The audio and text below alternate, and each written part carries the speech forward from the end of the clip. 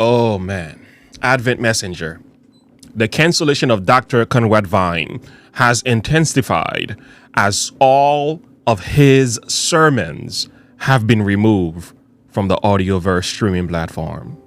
But he was drawn in fascination to listening to John the Baptist and what he had to say. He could not let John remain free, but nor could he bring himself to execute John, so he simply imprisoned him, hoping thereby to keep him quiet. You might say he was banned from the pulpit. This is crazy. This is crazy. We're going to read this article from Advent Messenger in a minute, and I wanted to see if that is actually 100% true. I went on Audioverse, and I'm taking a listen to this. Dr. And I'm doing this in front of you, Dr. Conrad Vine. And there you go. You cannot find his message. We have everybody else, Vincent Chi, Glenn Russell. Yeah, we have a lot of other presenters, but Dr. Conrad Vine is nowhere to be found. This is concerning. So the cancellation of Dr. Conrad Vine has certainly intensified. It really has, and this is a problem. Quickly, I wanna before we get into this article, I need to answer some questions that, as I was listening to the comments and reading a little bit, I don't read all the comments, but I try to read as much as possible. I was hearing a perspective that I thought was not truly a correct perspective of who I am and what I do on this channel. One of the things that we do reaction videos, we do some teachings, and we do apologetics. This channel is not so much about every stuff that's going on in the church. We talk about things that's happening in the church. We do not talk about everything. Okay, so that's one thing. But there were three major misconceptions. Okay, I think I'm going to address those today, and I want you to watch till the end. We're going to read this article in a little bit. People are saying, Pastor James, you have flip-flop or changed your mind about Dr. Conrad Vine's position. I'm going to address that. If you support Dr. Conrad Vine, you must also agree with the anti-conference independent ministries, right? If you support Dr. Conrad Vine, you have to also agree with the anti-conference independent ministries. We will talk about this as well. The third allegation that I hear is if you support the GC, that means you are supporting apostasy. Right? If you support the GC, the General Conference, the organized body, that means you also support apostasy. Three major points, and I'm going to address them in a little bit. So, first of all, let me begin with reading what this is all about. Let's see what's happening here with Andy Roman. By the way, Andy Roman was on our channel. He is a blessing. We plan on bringing him back because he was so good addressing some of these things.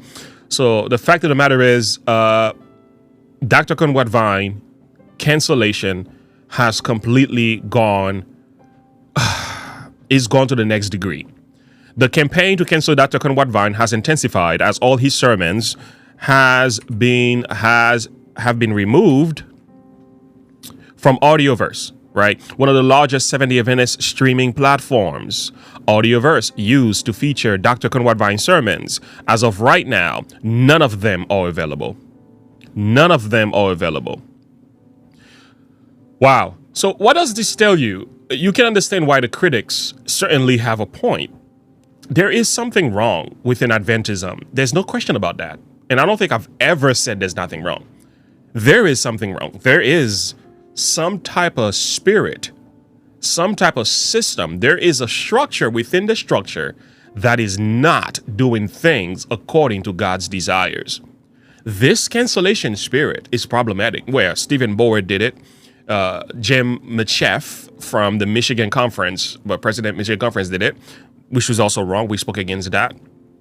And Ivor Meyer had a few choice words for Dr. Conrad Vine, which we also spoke about. We said, not a good thing to compare him to Satan. I mean, I get the typology, but man, you're going too far with this one.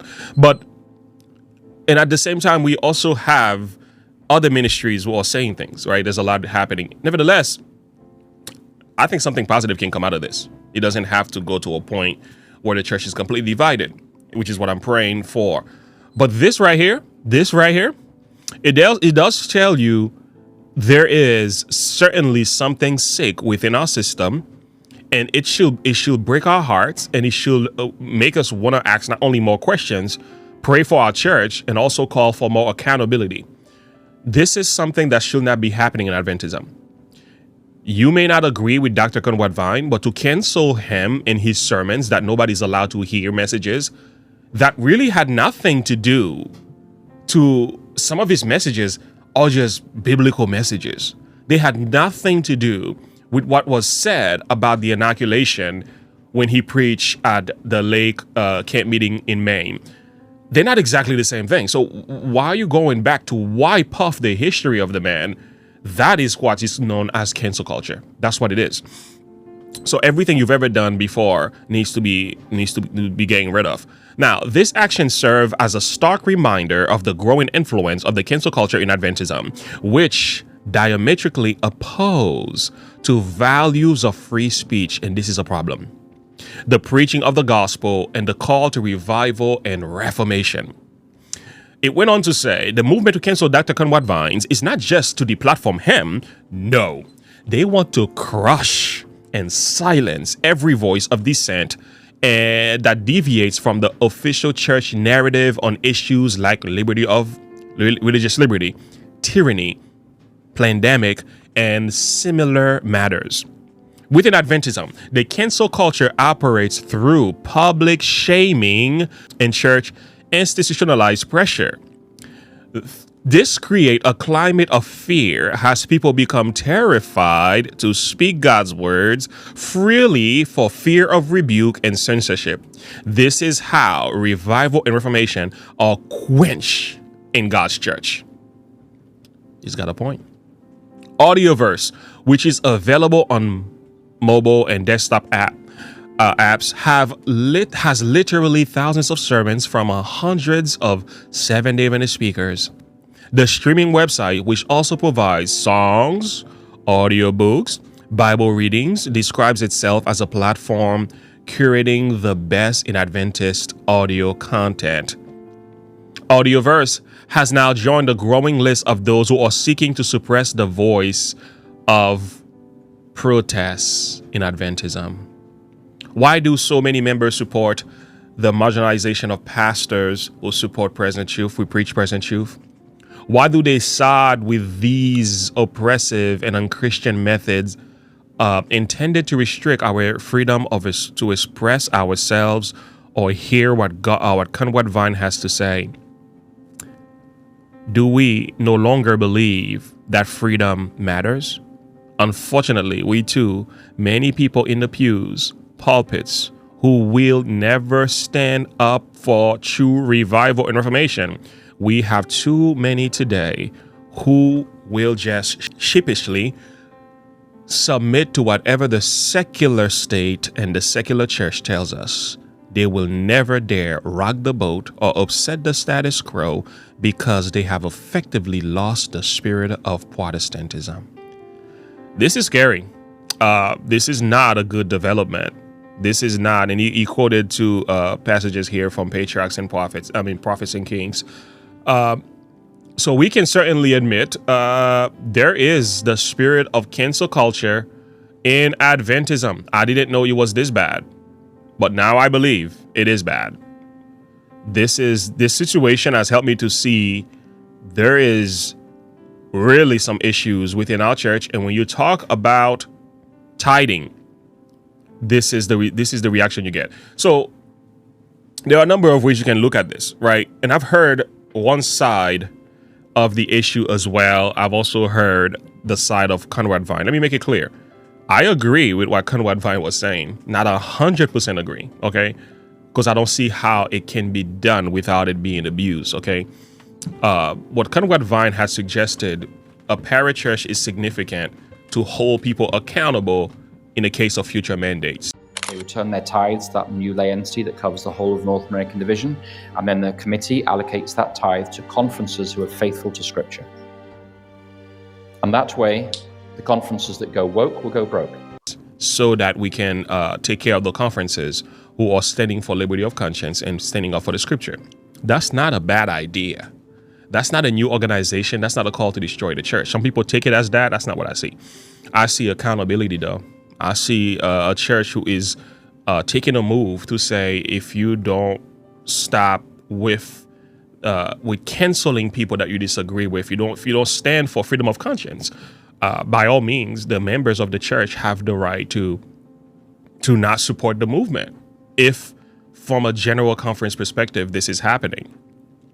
The other side, you also need to understand, there's also the faithful within the general conference who may not agree with everything that the church is doing, but unfortunately, very few of them speak out. And that's also the problem here, because they don't speak out. They allow the the kingly powers to do what they want. That creates a serious issue. You understand? So good people do nothing, therefore evil triumph. That's a problem. So we are in a very difficult place right now, because first of all, we can support Dr. Conrad Vine, but we also want to love our church. We want to support the church. We believe the General Conference is very significant. The organization matters, but there's something sick within the system. There is something wrong when it reacts in the way that it is, right? When you're going after Conrad Vine in that way, public shaming the man, shouting him down, you are making an example out of Conrad Vine. And what that will do is exactly what Andy Roman is speaking about here. You're creating this fear that nobody's allowed to speak. So if people cannot speak within the system, and this type of stuff is the kind of stuff that creates more opposition in the church. If you do this, since you are doing this, more people are now going to come out of that system, and they're going to raise a voice of protest against the system, right? Because they're going to feel like, in order for me to speak freely, to preach freely, to expose the truth, and at the same time hold my church accountable, some people are going to feel like I can't work within that system. You get it? So this is a reality for a lot of people. Now, do I feel that way personally? No, I think I can still preach and speak within the system. I can. Now, there's good. Some people are saying you defend the conference because you're getting paid, you're getting a check. I'm like, I don't get paid from the conference. I work. I have a job. I think I have to tell you guys my life story, and that will help you a lot, because no, I work. I have a 9-to-5 jobs, and then I also do the podcast. The people who takes care of me are people who watch me and support me, and also I have a regular job, and I'm still in school.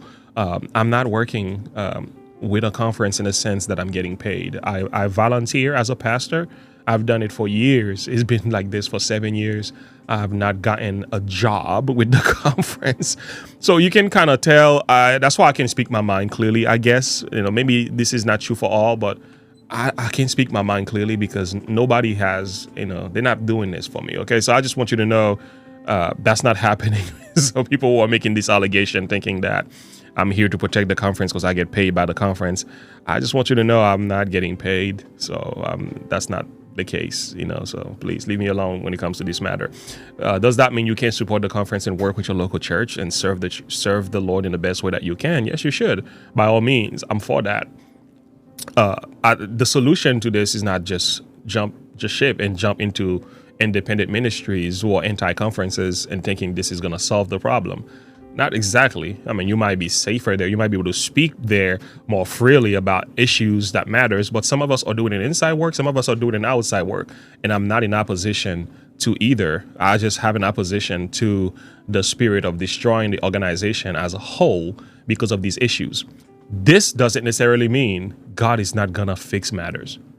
This is a problem. This is showing us something is wrong. Okay? In Adventism. But you know what I also know? God is going to clean things up, and I'm going to explain this to you. First of all, let me answer those three allegations. Pastor James, you changed your mind. You flip-flopped about Conrad Vine. I have not changed my mind. My perspective and values concerning what he said are still the same. This is what I was trying to explain to you guys. It's one thing to support Dr. Conrad Vine, right, and what he said. It's another thing to support an effort to destroy the entire organization, the General Conference as a whole. That's not something that you find in the Bible in the Spirit of Prophecy. I can't find it. And I'm going to explain it to you in a little bit. The second thing we also notice is this: if you support Dr. Conrad Vine, you must also agree with the anti-conference independent ministries. So they are independent ministries who just hate the conference. All they do is talk about the conference, bashing, lambasting the conference all day, all night. Their entire ministry depends on that. I don't support these ministries. I don't support these ministries. I think while they may be saying a lot of things about you, but they go to the extreme, right? They fail to realize that while you're talking about the conference, there is wheat and the tares within that system. So you don't bash the entire system in the name of calling out the apostasy and everything like that. I have a live stream coming this Friday with Pastor Mark Finley. I'm going to do a reaction video to him. He says some things that I think that were good, some things that were not, and I'm going to do a live reaction this Friday. Make sure you join us. So yes, you can support Dr. Conrad Vine. You can stand for the organization and the ones who are standing for what is true, and yet you don't have to fall into the other camps of people who are saying things that are not correct. That's a possibility as well. So that's kind of where my position is. Okay, so I want you to understand that. That's why I don't jump in these camps. I may affirm some of the things that they're saying, but I will not jump in these camps. I think there's a time where that might be, but I don't think that time is now. I don't think that time is now. God is going to fix this. Listen, read the Spirit of Prophecy carefully. You're going to see these issues, these omega of apostasy, this stuff that's happening in our church. There is a solution to it. That solution is not from us. That solution is from the Lord. But in that process, does it mean you shouldn't speak? I think you should speak and preach. Let them fire you and cancel you. You understand? But you keep on preaching and teaching by all means. That's kind of where I stand when it comes to this. But here's the thing. The next one is if you support Dr. Conrad Vine, you are supporting apostasy. No, you don't have to support apostasy because you support what Dr. Conrad Vine had to say. Okay? No, the apostasies are wrong. You can call out the apostasy. Now, I think there's ways people do that. That's too crazy. All right? But you can expose the apostasy and yet call God's remnant people to repentance and yet love the people, love the church, no matter what is going on. Right? You can love the people even though there might be things that's happening that are wrong. No question about that. I'm calling out what's wrong here with cancel culture in the church. That's a problem. I'm not okay with that. That's not Bible. That's not Christian. Okay, that's something that the world is doing to people that they disagree with. We shouldn't be doing this to our ministers, but we are doing it. Right? It's happening. So guess what? You call it out. You point it out. You make videos. You speak about it. Does that mean now let's just pack up our bags and go and jump into some independent ministries online who sits all day, all night and preach against the conference all day, all night? Is that the solution? I don't think that's the solution either. That's the other side of the extreme. I want to avoid that. So quickly, so there are a number of ways you can look at this. The first thing I want to say this, and I will advocate to pray for Dr. Conrad Vine, stand with him and stand for him. This is only going to work in his favor. This is only going to work in his favor. His popularity is only going to increase. People are going to want to hear more from Dr. Conrad Vine, even if they push him in a little corner somewhere. Okay, they're only going to turn him into a John the Baptist. He's going to become more valuable. His messages are going to become more significant, and people will want to hear what he has to say every time he opens his mouth. So this is going to have a negative reaction. You can cancel Dr. Conrad Vine on some things in the church, but you can't cancel him forever. You cannot. This is not going to work. I wish I could tell people this. Like, I've mentioned this before.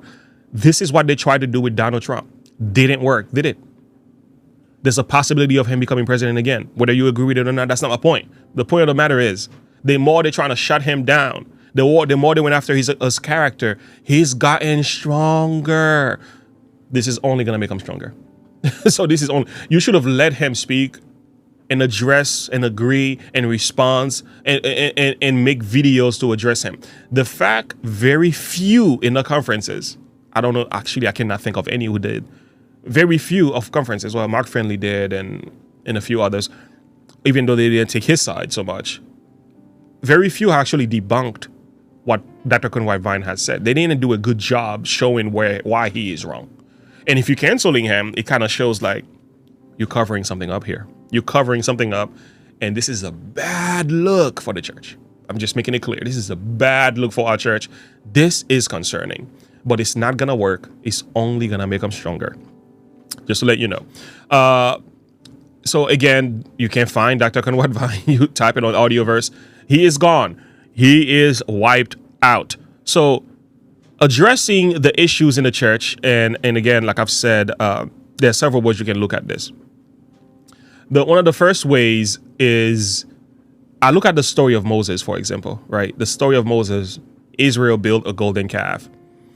Moses went to get the 10 Commandments. And by the time he came back, they spoke to Aaron and they got themselves a golden calf, right? They wanted to worship. This is the God who brought us out of Egypt, Aaron said. But this was a problem, right? But I noticed what the Lord said. The Lord said unto Moses, go and get thee down, for thy people, which thou broughtest out of the land of Egypt, have corrupted themselves. The Lord is speaking to Moses. He says, your people did this, right? Look what God is doing. God is saying, these are your people. Now go down there. Look what they've done. They corrupted themselves. They've turned aside out of the way, which I have commanded them. They have made a molten calf and have worshipped it. Now, these people are worshiping a calf. Okay, we get that, which is the problem. Look what the Lord said to Moses. Look what the Lord said to Moses. The Lord said unto Moses, I have seen this people, and behold, it is a stiff-necked people. We can say the same is true for our church. We have some stiff-necked men in leadership position as well. Okay? Now, therefore, let me alone, that my wrath may wax hot against them, that I may consume them, and I will make of thee a great nation. God says, I'm going to take them down. I'm going to take them out. I'm going to destroy them. That's what people. My wrath is going to destroy them. But here is the answer from Moses. And this is where I want to be. This is where I want to be. And Moses besought the Lord his God and said, Lord, why does thy wrath wax hot against thy people, which thou hast brought forth out of the land of Egypt, with great power and a mighty hand? Lord, you love your people. You the one who saved them. Lord, you love the Seventh-day Adventist Church. We went through so much, historically speaking, with the great disappointment, with all these issues that we went through. But here we are today. This is your people. So the Lord is doing, Moses is interceding on behalf of the people to God. He is not leaving the people. This is interesting. Moses didn't just say, all right, I'm out. Get them. Devour them. Destroy them. They deserve to be destroyed. You go ahead, Lord. Take them out. This is what some of these independent ministries do. They glory in the destruction of the church. They really do. But that's not what Moses did. That's not what Moses did. So we know as a result of that, Moses gave God a historical lessons of his covenant with Abraham, Isaac, and Jacob, and so on. And look at this. The Lord repented of the evil which he thought to do unto his people. Isn't that something? So, but did God just allow the apostasy to go on, right? No, not exactly. Because we are told as a result of this, Moses had to address the golden calf. So the issue had to be dealt with. And when that idolatry was addressed, we are told Moses kind of asked the question, who is on the Lord's side? He's doing this while he is in the church. He's doing this while he is among the congregation. So he called for those who stand for the Lord to take a stand, and those who did not stand for the Lord, they were on the other side. And we know what happened, that they eventually were devoured. The children of Levi, of all people, the children of Levi rose to the occasion and stood with Moses, and they fell people that were that day 3,000 men. So many of the apostates were destroyed from within the system. This is going to happen again. This is going to happen again. So when you read the Bible in the spirit of prophecy, keep in mind, this is a lesson book for you and I. So here, I was reading the parable of the wheat and the tares. What does God say? Let both grow together until the harvest. Christ has plainly taught that those who persist in open sin must be separated from the church. Listen carefully now. But he has not committed to us the work of judging character and motive.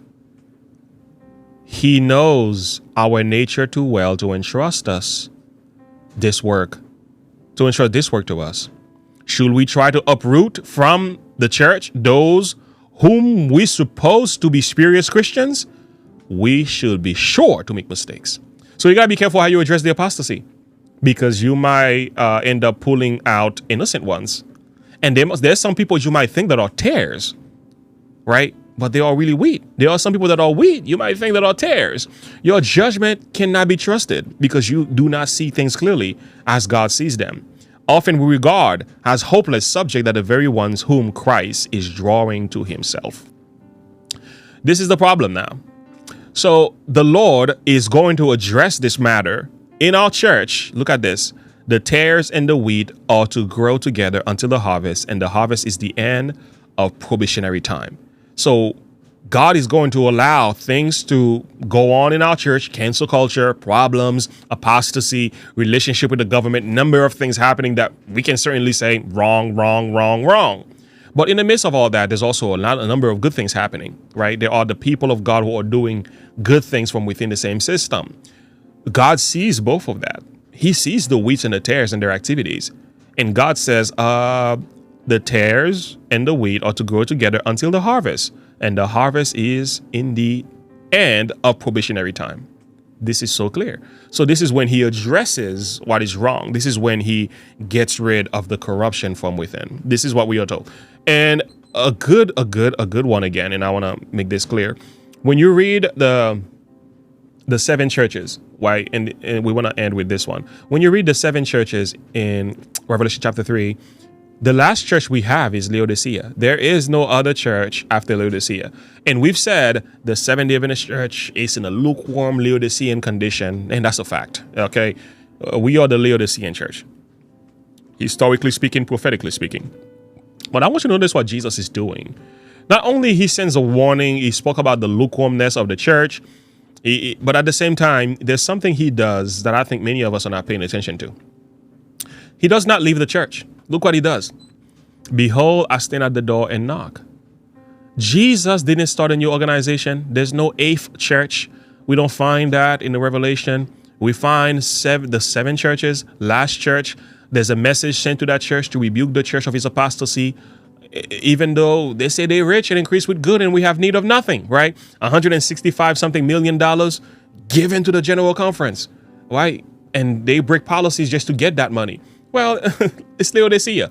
Laodicea is doing that. Does that mean they are justified? No. Does that mean God is going to overlook it? No. Does that mean you have to agree with it? No.